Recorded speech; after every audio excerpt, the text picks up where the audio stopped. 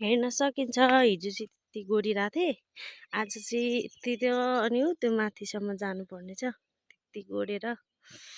अनि योभन्दा माथितिर चाहिँ मकै छरिरहेछ। मकै त खासै गोड्ने बेला भएको छैन। अहिलेको लागि चाहिँ आलु र मकैलाई गोड्ने क्रममा छ।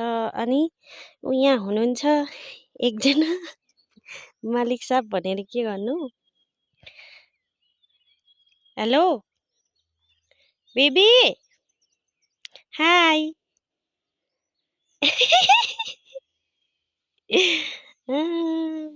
कियो आलु गोडिसकियो, अब चाहिँ घरमा जाने हो।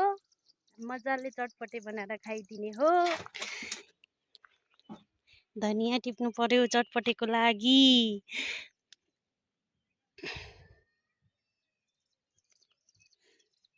देख्न सकिन्छ।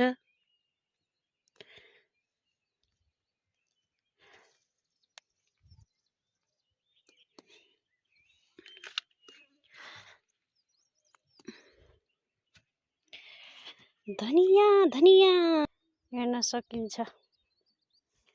धनिया खुर्सानी चाहिँ चटपटेको लागि एकदम इम्पोर्टेन्ट कुरा हो है साथीहरू। खुर्सानी पिरो भएन भने चटपटेको स्वाद आउँदैन।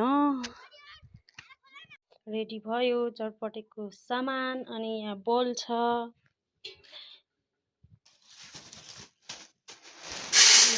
भुजा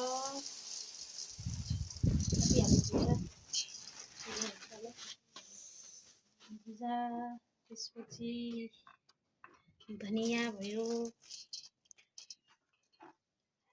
अनि प्याज भयो, खुर्सानी भयो,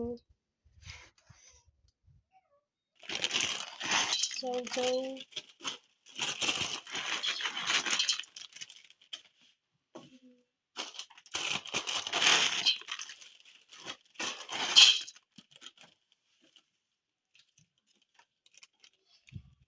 चौचौको सुप,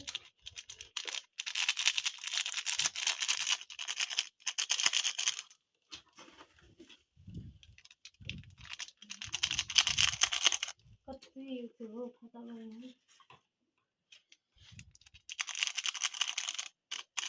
चौचौको सुप, चटपटे मसला,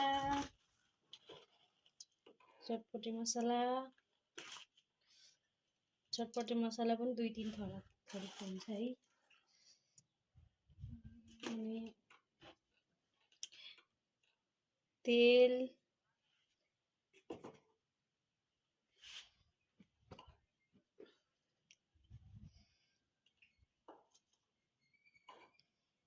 भयो, अनि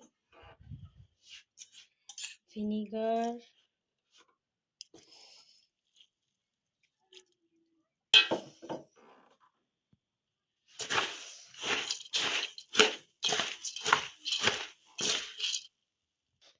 आलु चाहिँ हाल्न बिर्सेछ त्यसैले लास्ट टाइममा आलु।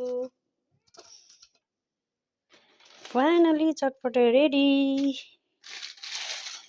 त भयो। के भन्नु हैन।